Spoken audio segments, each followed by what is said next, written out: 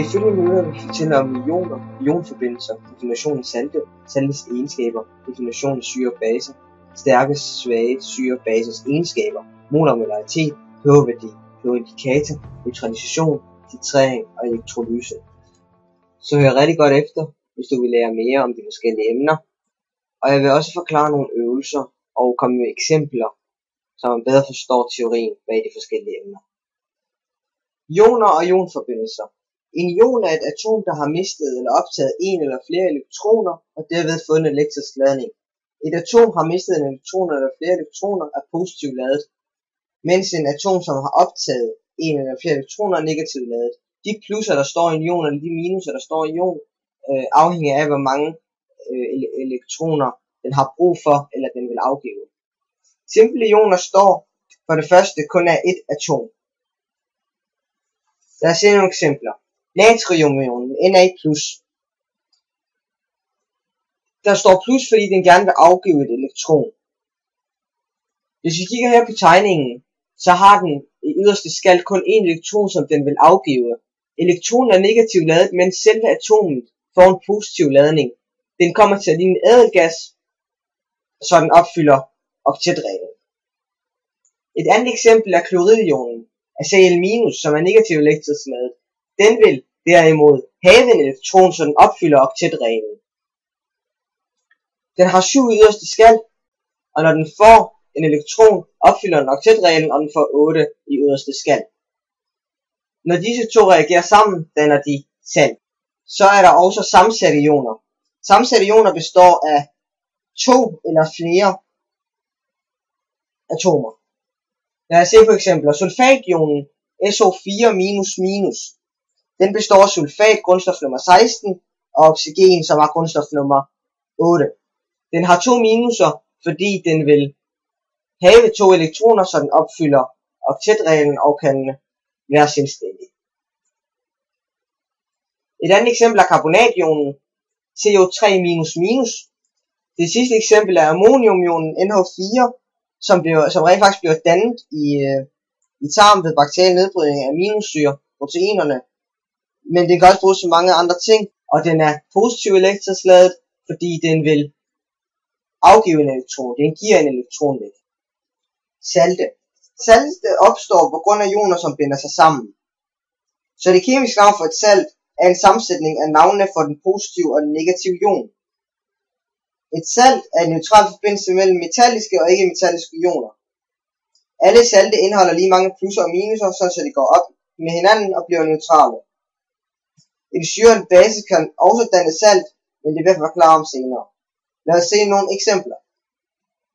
Køkkensalt, NaCl. Som I kan se her på billedet, så er det Na+, der afgiver en elektron til Cl, og begge to opfylder oktetreglen og danner et salt. Og de tiltrækker hinanden på grund af, at den ene er plus og den anden er minus. Alle salte er altid ordentligt et rummeligt mønster. Med dette menes et iongitter. Eller krystalgitter, som det også bliver kaldt. Her på billedet kan I se, at NaCl har et kubisk iongitter. Nogle salte har vandmolekyler indbygget i deres iongitter. Det er for eksempel kobbersulfat, kaldes det for krystalvand, og det kan man se her på billedet.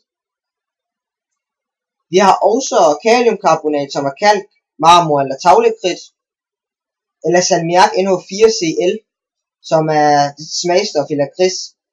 Her er det NH3 og HCl, som har reageret sammen og dannet salt.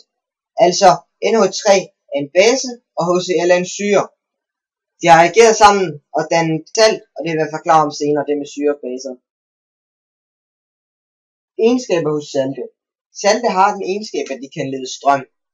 I fast form kan de selvfølgelig ikke lede strøm, fordi der sidder ionerne i faste pladser. Men ved kontakt med vand eller varme, kan saltet godt lede strøm, fordi ionerne her bevæger sig. På den måde kan man undersøge, om et stof er et salt. Altså hvis det for eksempel er NaCl, så vil Na+ gå over til minuspolen, mens Cl- vil gå over til den positive pol. Salte har et højt smeltepunkt. Der er et frysepunkt på -2, og derfor bruger man det som vejsalt. Man bruger køkkensalt NaCl som vejsalt.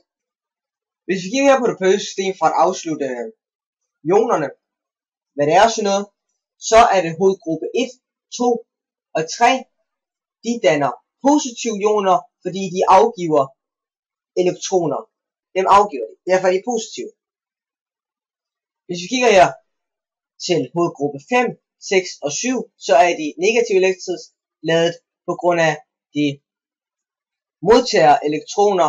For eksempel hovedgruppe 7, de modtager en elektron, og det gør de selvfølgelig, de kombinerer sig med hinanden.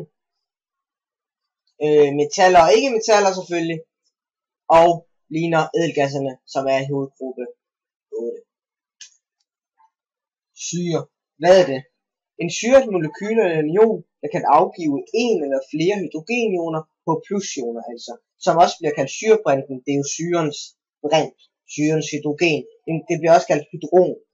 Det er altså en hydrogenatom, som mangler en elektron for at opfylde dubletreglen. Et eksempel kan være saltsyre, som også skrives som HCl. Saltsyren, hvis den blandes med en base, så vil den afgive hydrogenionen. Når saltsyre opløses i vand, sker der følgende reaktion, som vi kan se her. H+-ionen, som er i saltsyren, vil blive givet til H2O'en, så det bliver til H3O+, som bliver kaldt for oxonium-ion. Cl- er syreresten og vil være selvstændig negativt ladende. Reaktionerne, hvor der overføres en hydrogen fra en syre til en base, kaldes syre-base-reaktioner, eller proteolyse. Ud af dette kan vi regne ud, at syre er lige med en syrebrint, altså H+-ionen, plus en syrerest, som i dette tilfælde er Cl-. Når vi spalter et stof i ioner, bruger vi elektrolyse. Elektrolyse er elektrisk strøm, som spalter et stof i ioner. Her har vi HCl som et eksempel. Det har et elektrolysekar. Når vi sætter jævnspænding til karret, bobler luftarter op, både ved pluspolen og ved minuspolen. Ved at undersøge luftarterne finder vi ud af, at der dannes klor ved pluspolen og H+-ioner i minuspolen. Det går til det modsatte pol. Hvis vi så tager det her reagensglas op med H+-ioner og sætter ild til, vil det sige puff, som vi kender fra fysikken, at hydrogen siger. Og der har vi bevis på, at der samles hydrogen. Og her kan vi dufte klor. Eksempler på syre. Vi har HCl. Når det bliver spaltet, bliver det til syrebrint plus noget kloridion. Vi har kulsyre. Her har vi så et billede, der beskriver, hvad der sker, når det bliver spaltet. Selve kulsyren bliver spaltet i HCO3- og noget H+. Men det er kun protonen af H+, der ryger væk. Derfor er den positiv, mens elektronen forbliver i bikarbonatet. Vi har også eddikesyren. Når det bliver spaltet, bliver det til acetation plus noget H+, brint. Salpetersyren, NO3- plus noget syrebrint. Stærke og svage syre. En syres styrke afhænger af hvor mange hydrogenioner, H+-ioner, der bliver afgivet. Hvis syren afgiver få hydrogenioner, er det en meget svag syre. Det er for eksempel eddikesyre, som bliver brugt ved afkalkning. Ved eddikesyre er det faktisk kun 1% eddikesyremolekyler, der afgiver H+-ionen til vandmolekyler. Hvis der taler om en svag syre, indstiller der sig ligevægt mellem antallet af molekyler, der splittes, og antallet af ioner, der finder sammen. Hvis en syre afgiver mange eller alle hydrogenionerne, er det en meget stærk syre. Det gælder for eksempel for saltsyre, som findes i vores mavesæk sammen med pepsin.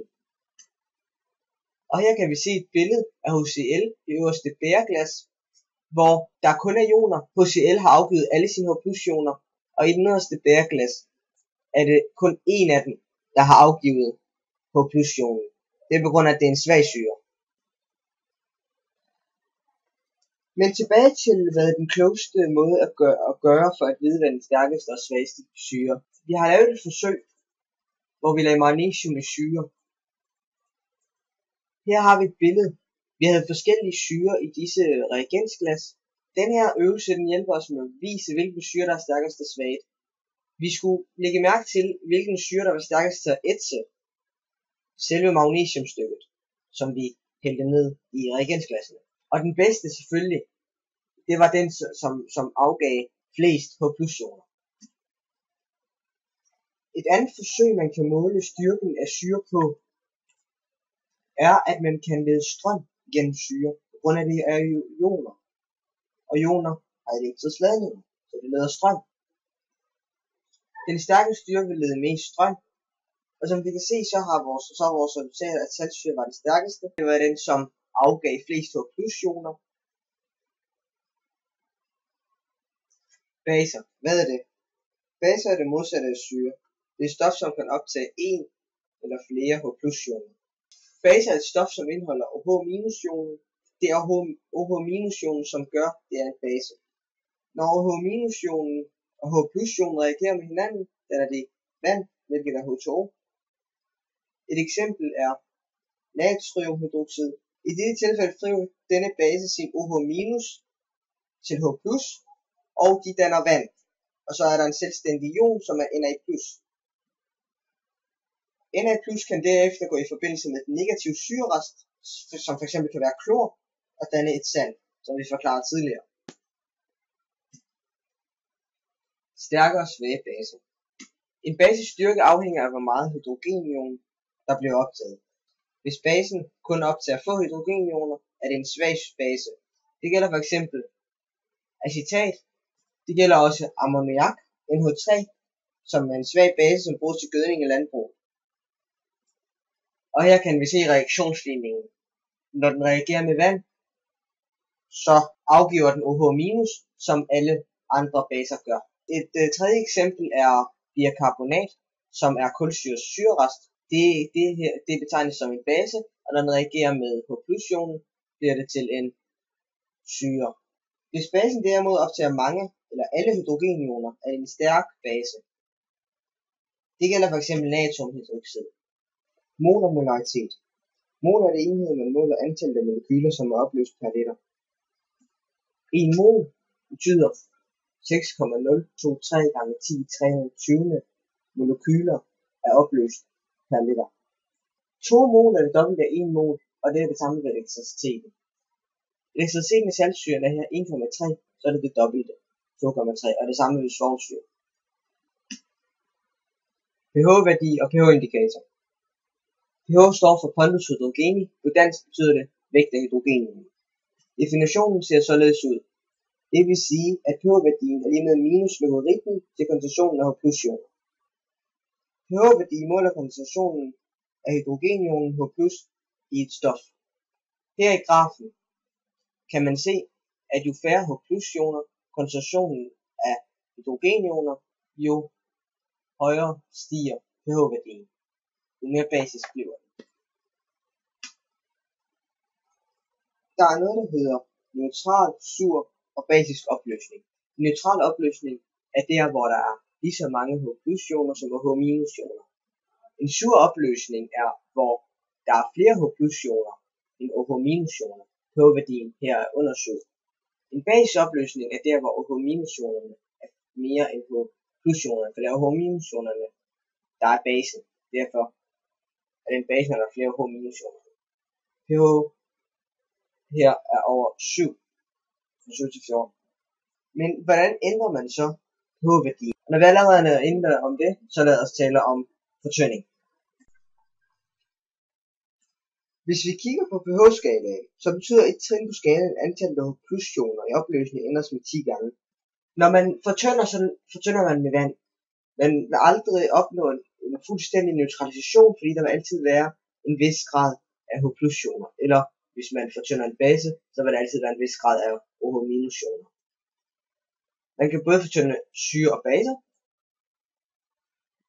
Og når man fortynder, så ændrer pH-værdien sig en gang hver 1/9. Altså, her er et forsøg, som vi har lavet. Hvis man har en 1 ml væske af en syre eller en base, så fortynder man den med vand, der ligger man 9 dele indeni, og derefter er pH-værdien sænket med 1.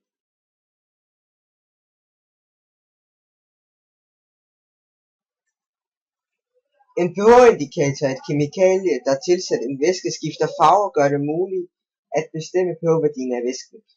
De mest benyttede indikator er phenolphthalein, mitol orange, bromthymol blåt og rødkålsindikator. Man kan også bruge indikatorpapir, altså pH-papir eller pH-meter. Her i forsøget har vi benyttet os af pH-papir, bromthymol blåt, phenolphthalein og rødkålsindikator.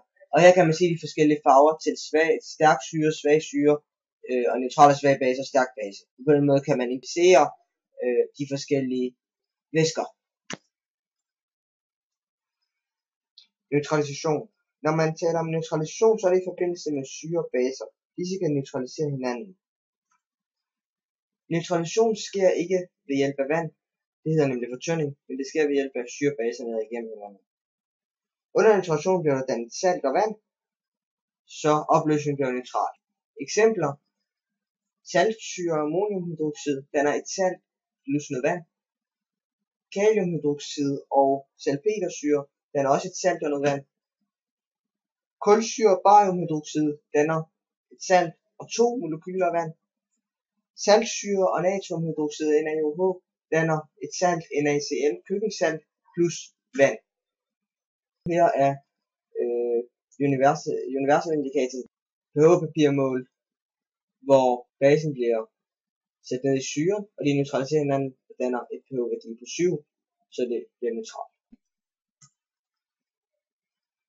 Øvelse 1. Vi udførede en øvelse, hvor vi neutraliserede en syre med en base. Vi brugte pH-indikatoren phenolphthalein. Omslagspunktet var der, hvor man lige i top kunne blande en dråbe, og det blev direkte til en base. Her er reaktionslinjen med HCl, som er saltsyre, og natriumhydroxid, syre og en base. Og her kan man se ionerne, hvordan de reagerer med hinanden. Lad os kigge. Hydrogenionen OH- og H+ bliver til vand. OH- er fra basen, og H+-ionen er fra syren. Syreresten og metalionen fra basen danner et salt, og det gør det med alle syrebaser, når man neutraliserer dem. Og på grund af phenolphthalein bliver basen farvet lyserød, og man kan derved se, hvornår omslagspunktet finder sted. I en anden øvelse skal man så tælle dråberne i forskellige syrer, hvor man tilsætter baser. Det er antal dråber, der afgør, hvilken syre, der er stærkest. Jo flere dråber der er, jo mere syre var der i opløsningen. Sidst, men ikke mindst, så er der titrering. Titrering hjælper os med at sammenligne syreindhold i forskellige opløsninger eller madvarer. Det er næsten det samme som neutralisation. Man bruger det bare mere ofte i industrien. Det man gør er, at man tæller dråberne, og på et tidspunkt kommer et omslagspunkt. Omslagspunktet, der kan man se, at det er ved 25 i den her graf. Mange tusind tak for jer, der så med, og håber I lærte meget, som I forhåbentlig vil arbejde videre på.